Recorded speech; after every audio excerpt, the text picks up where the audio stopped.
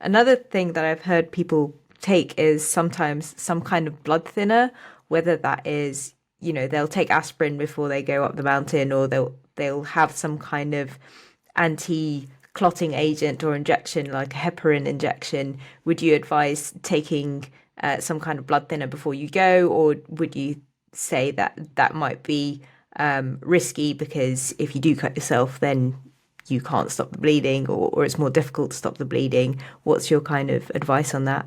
As far as I know, it's not a common thing, hopefully, but I don't know of any evidence to suggest that that is a good thing to do. In terms of helping with altitude, and as you mentioned, I can definitely think of several risks of doing that, particularly as you say, bleeding, so particularly trauma. So given that I don't think, as far as I know, there's no evidence that that's going to be helpful, but there's definitely evidence that there's risks of it. I personally wouldn't advise doing that unless you've been very clearly told by a medical professional that that's appropriate for you personally. I wouldn't suggest that. Yeah, thank you for that.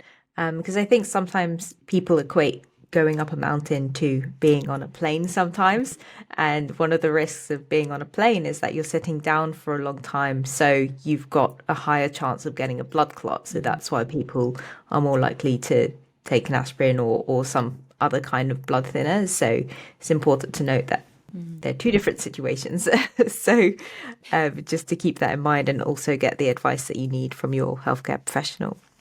There is, yeah, it's interesting. There is a theoretical risk of increased clotting at high altitude, but it's only theoretical at the moment. And to be honest, I think it's a combination of factors.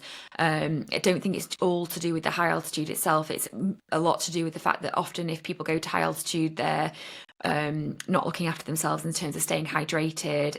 The temperature's usually colder, so that adds to it as well. So I think it's all a combination of things actually, but. I think what's really important there, and it's the same on a plane really, is making sure that you're moving, particularly on a plane.